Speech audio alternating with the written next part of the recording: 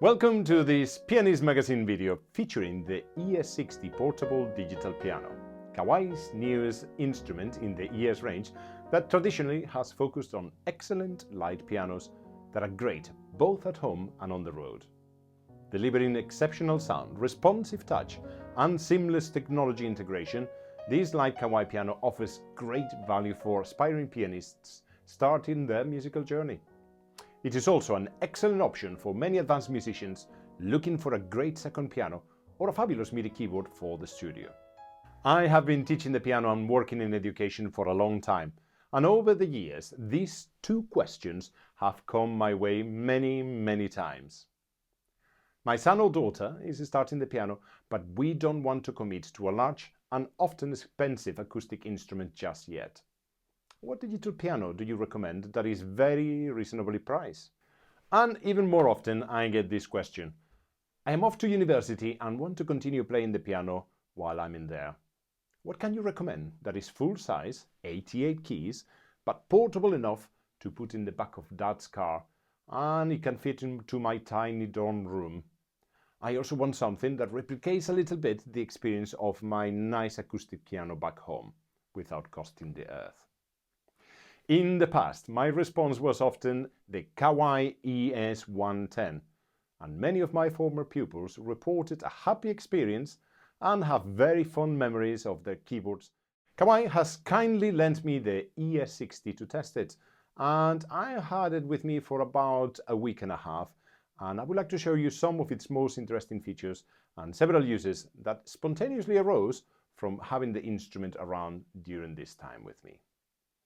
The piano, as you can see in here, is very small, light and portable, and out of the box comes included with a music stand and a switch pedal. In this version in here, I have it with the additional damper pedal F10H and also with the designer stand HML3. I thoroughly recommend purchasing the stand to go with it, as it makes the piano really stable, very solid, and actually looks rather nice in here. Putting it together is incredibly easy, as it really literally only takes 8 screws to fit the entire music stand, and I think, as you can see for some of the footage that I'm going to display, it looks rather smart. The ES60 is ideal for beginners and young learners. With a weighted keyboard that simulates the feel of an acoustic piano, students can develop proper finger strength and technique. Kawai has done a great job here with the feel of this instrument, considering the very low price point. Digital pianos have come a long way, and Kawai has certainly been one of the leading companies in the evolution of touch and feel of these light keyboard instruments. The latest evolution of this fairly realistic touch is called responsive hammer light keyboard action.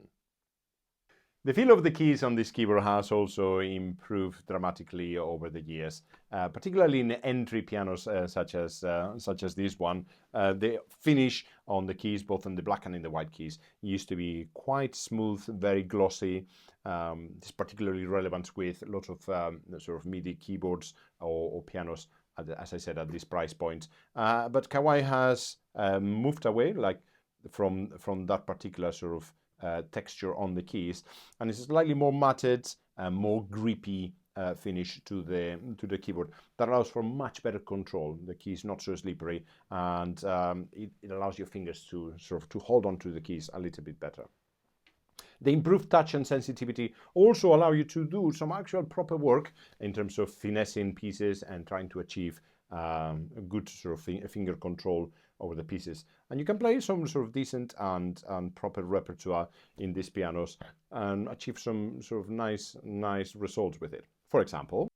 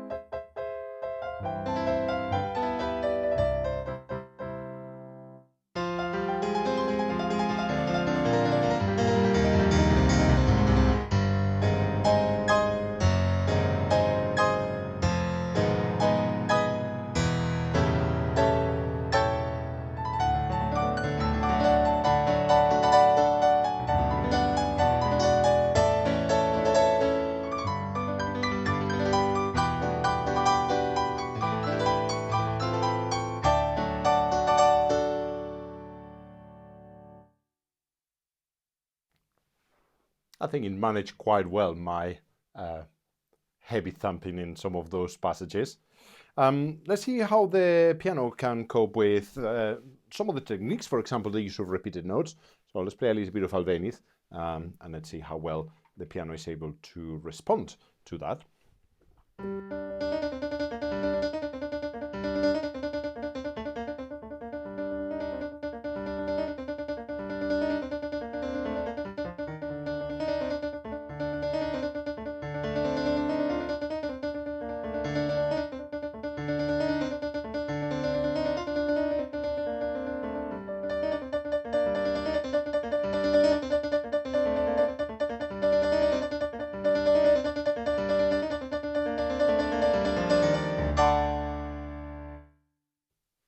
I'm a little rusty myself, but I think the piano is managing quite well, quite a lot of those extended techniques. The basic piano sound in here is sampled from a top-of-the-range Shigeru grand piano, and that sonorous bass is present very much in the sampling, and the speakers in here make a very good job of delivering it to the user. So some of the low notes in particularly are lovely and sonorous and resonant, and it's just a real pleasure to play some of these ones. Across the board, we have a lovely sort of evenness of tone. I quite like the middle. Is nice and warm and allows for a lot of expressivity. And even on the top, when sometimes the pianos can become a little bit sort of too thin, or sometimes too sharp or too screamy, it's nice and beautiful sort of round sound all the way to the top of the instrument.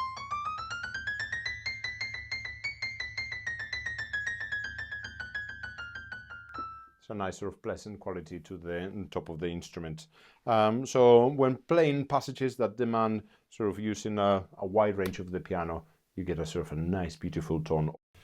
As you can see now, I have changed a little bit the setup because I want to show a couple of features that are quite interesting and quite valuable from the instrument. And for that, I'm going to capture now sound not from the stereo out at the back. Well, we've got stereo out in here. We've got two jack outs in here, a single one for mono and two then for left and right channels, which help a lot, particularly if you need to sort of amplify the piano further than the existing sort of capabilities, which are already fairly good. We also have a headphone jack at the front, also a 1/4 inch headphone jack in there for those moments when you want to practice using headphones. In terms of the sound that the piano produces, it's got a 20-watt speaker system. They are situated sort of at both ends in here, and give the pianist sort of quite a lot of volume. I'm going to play you sort of a couple of sort of loud passages, perhaps the introduction to that Emperor Concerto. I'm going to put the sort of the volume at the 3/4 sort of position, not full. 3/4 position, and at the moment I'm capturing my speaking voice, as you can hear in there, is being captured by the microphones in there. So if this is my normal tone of speaking voice, just to give you a little bit of an idea of what the piano sounds like. So this is the volume of my normal talking voice. This is what the piano sounds like.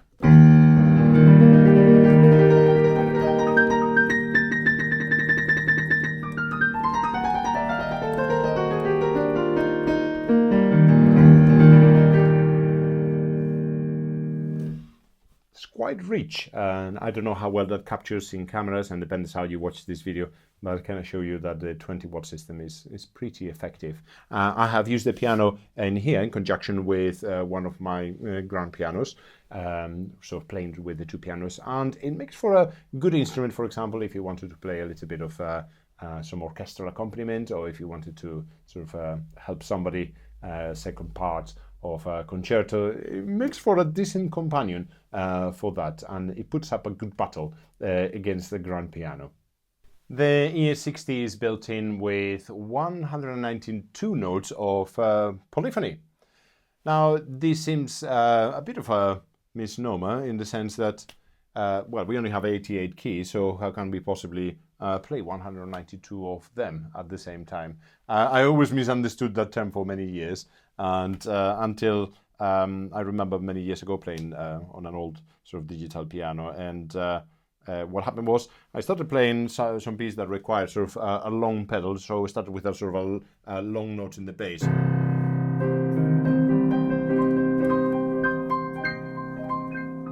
By the time that I got to the top of the piano, the bass had disappeared because the piano couldn't cope with that. It didn't have enough sort of polyphonic capabilities to be able to maintain that many sounds.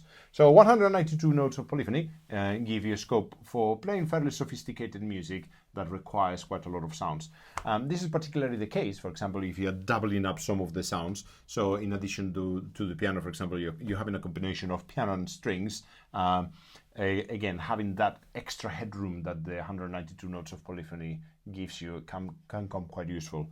There are passages, for example, in a lot of music that require sort of long extended bits of pedaling, and you don't want to start losing notes in that pedal resonance because your piano can cope with it. See as an example, for example, this passage from Debussy's Prelude for Dirty Fees, that it requires a really long pedal and lots of notes being thrown in there.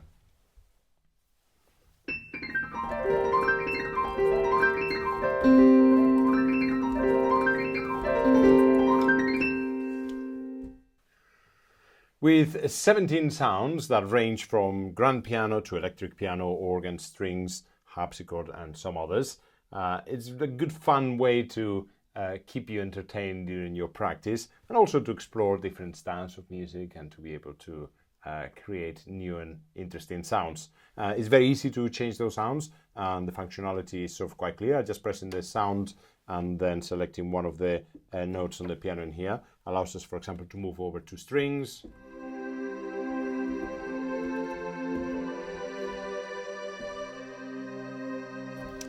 We have things like organ sounds.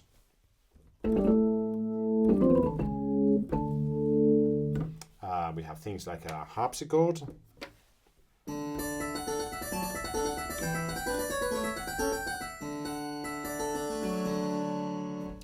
Vibraphone, which is one of my favorite ones in this keyboard.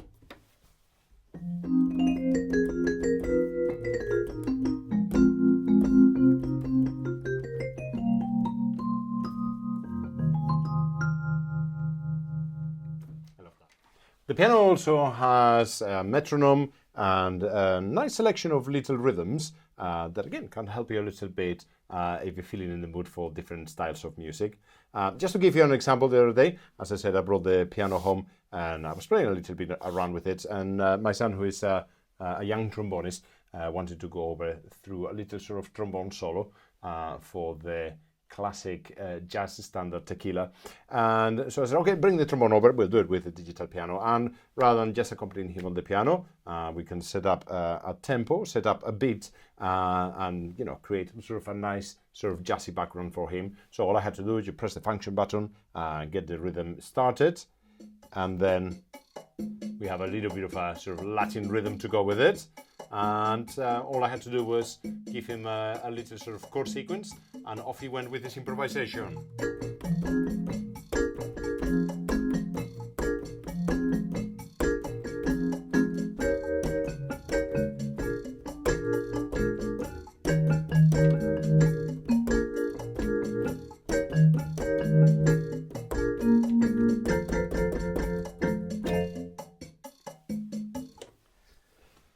Next, we're going to have a quick look at how the ES60 can also function as a MIDI controller.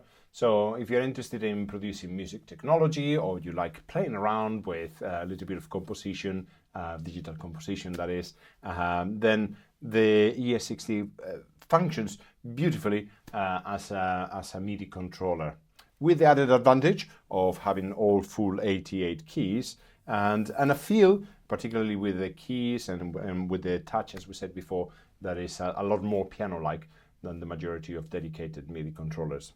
The only connection in here between the ES60 and the computer is just the MIDI connection through USB. So there's a USB cable plugged in the back, and that goes directly into my Mac. And that means that now we can use the full range of sounds that are built into my DAW of choice. In this particular case, this GarageBand, which comes for free with most Macs. and it can give you lots of sounds that are sort of already built into there.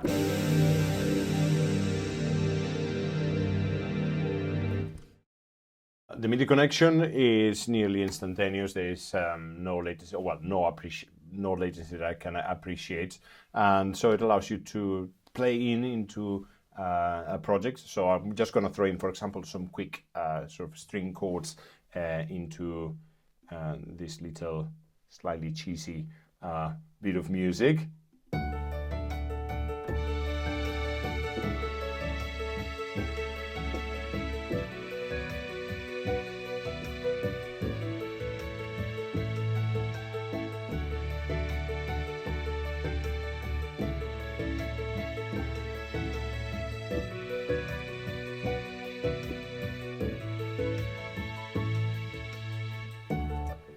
It's very easy, and it works straight out of the box, no problems with it, plug and play, absolutely a breeze to use.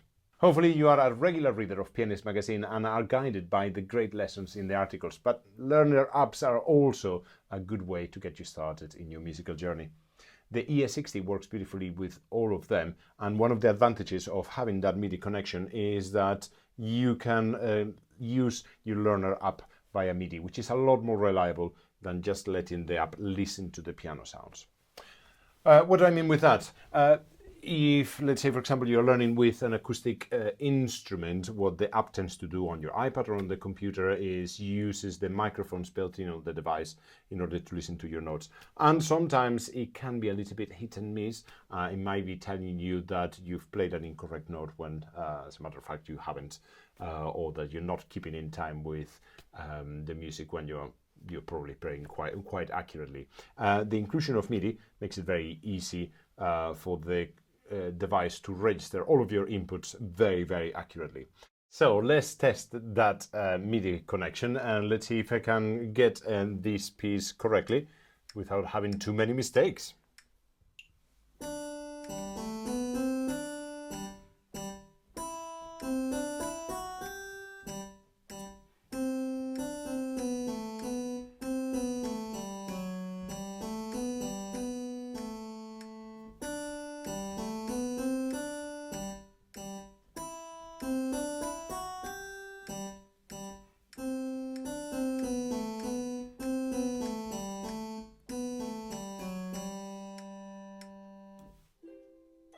Select a faster tempo and restart.